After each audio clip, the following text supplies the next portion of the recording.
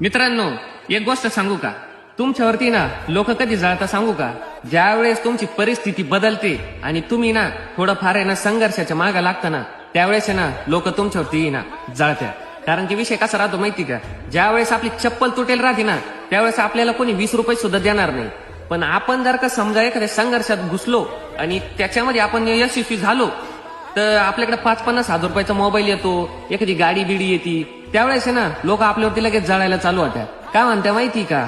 आता मोठा झाला, आता काय गरिबाईकडे लक्ष नाही, अजून पण त्याला ते काहीतरी म्हणत्या माजला, बरोबर? म्हणून आहे ना हे लोकांकडे ना लक्ष नाही द्यायचं.